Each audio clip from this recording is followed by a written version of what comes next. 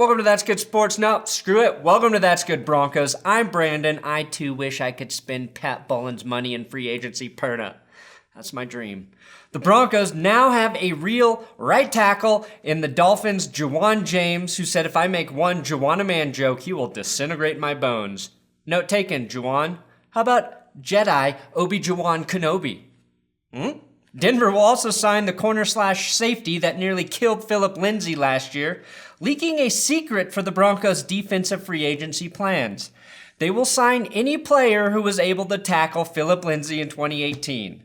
And so far, the rumors that the Broncos have signed Bears safety Adrian Amos are not true. Unless, of course, the Broncos change their name to the Green Bay Packers. So, I will discuss what the two big signings that actually happened, what they will mean for the Broncos. Let's get sports.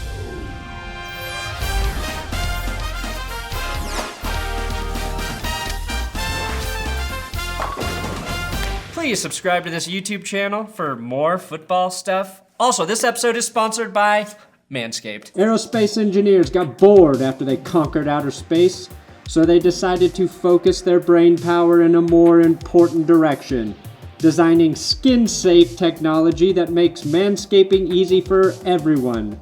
From the lawnmower to the plow to the new out-of-this-world crop mop ball wipes, the universe is vast, which means there's probably alien life forms out there somewhere. Use Manscaped ball wipes so the alien life forms don't grow below the belt. They're also handy for polishing your space helmet. Like the parts on a spaceship, the ceramic blade on the Manscaped Lawnmower 2.0 is easily replaceable.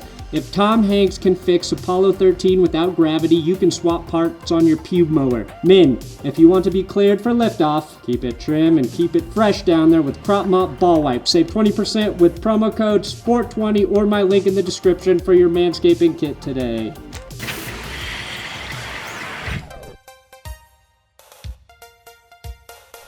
Are you happy? Are you happy now? For most of yesterday, Broncos fans were itching, like crack whores without their crack, or their Johns, even though we have the ultimate John, for the Broncos to sign someone. And finally, yesterday evening, they did. They did too. And now, you know what happens when you rush these things? You give $23 million guaranteed to a 30-year-old safety/cornerback. We don't even know what fucking position he plays. Safety, corner, nickel corner, dime back, penny stock, 2 bits. And the toughest part, we won't even know what position Kareem Jackson will be playing until Vic Fangio gets Jackson's ancestry DNA results. Fangio wanted to do 23andMe, but Elway was too cheap.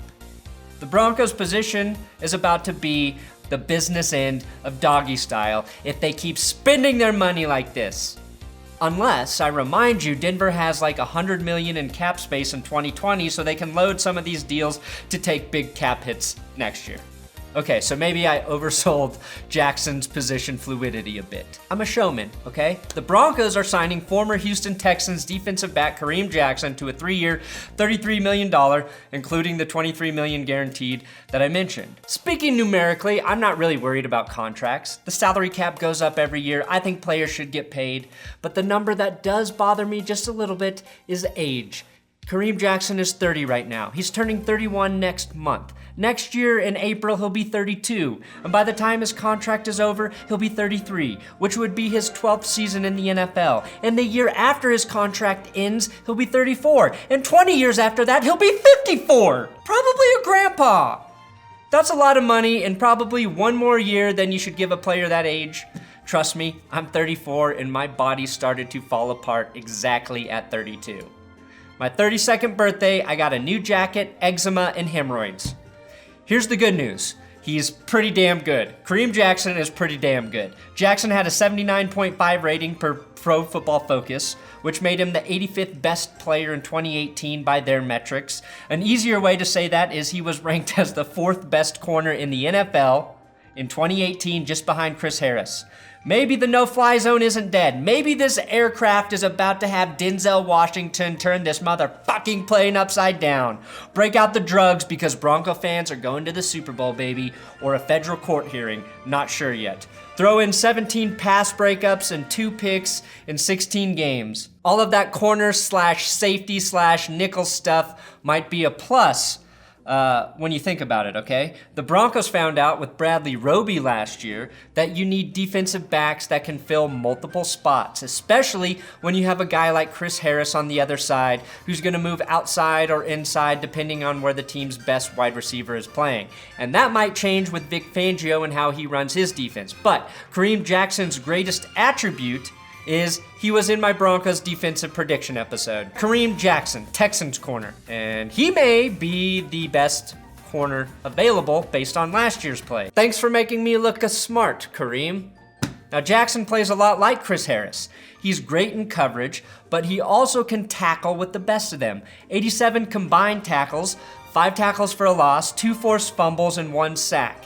And as Chad Jensen pointed out on Twitter, Vic Fangio himself emphasized tackling, saying it's non-negotiable. Much like getting watermelon sprayed on you at a Gallagher show, or Tecate spilled on you at a donkey show. Don Fangio's other non-negotiable quote is, of course, "I'm going to make him a dish so cold, he'll never be able to refuse it." Since The Godfather arrived, free agent contract signings have been a little more intense in Dove Valley. Luca Brasi held a gun to his head, and my father assured him that either his brains or his signature would be on the contract. One thing I'll admit, however, is that now I have no clue if the Broncos still need a safety or a corner or both. JaJuan James became the highest paid right tackle in the NFL, surpassing Lane Johnson, who, as you know, can't stay off the juice with the $51 million deal with $32 million guaranteed. This is a huge win for the Broncos offensive line at an area that has seen more turnover than any massage parlor Robert Kraft ever visited. James is 26, was the best right tackle available, played with former Broncos lineman Chris Cooper as he began his coaching career with the Dolphins in 2016. Cooper is now an assistant O-line coach with Mike Munchak and the Broncos. I like the fit, and I like the intel Cooper can provide in this situation.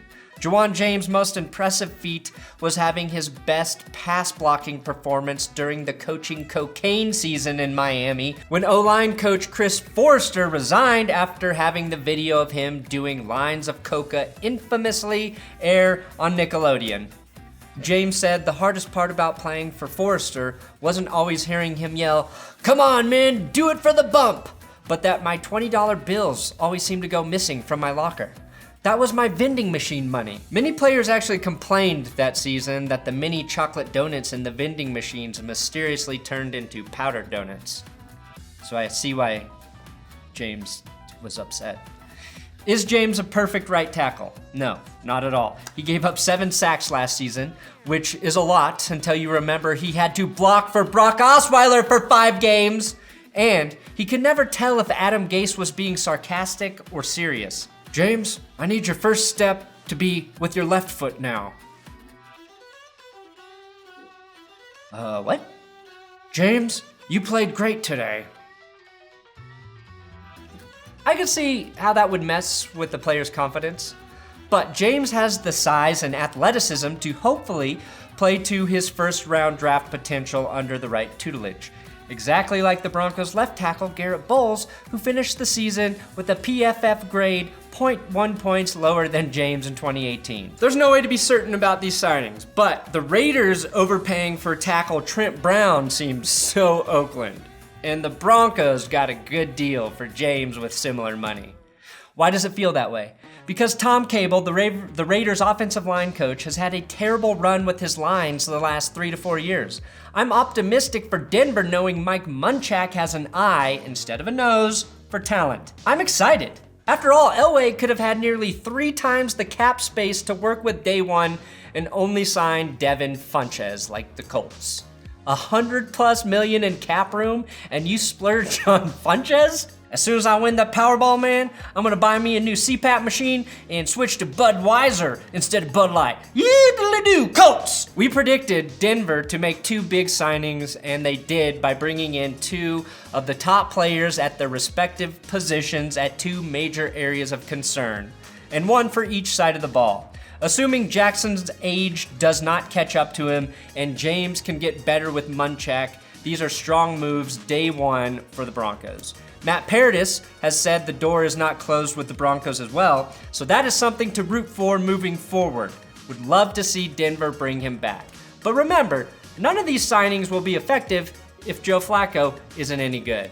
You thought I would end on a positive note. You were wrong. Thanks for watching another episode of That's Good Sports. Please subscribe here on YouTube. I'm on Twitter at Brandon Perna, Instagram at Brandon Perna, and make sure you follow my writing partner at WillKey6. He was a huge help with this episode. Yesterday was insane with free agency. Will got a jump on this episode for me, and I still couldn't get it up until a day after.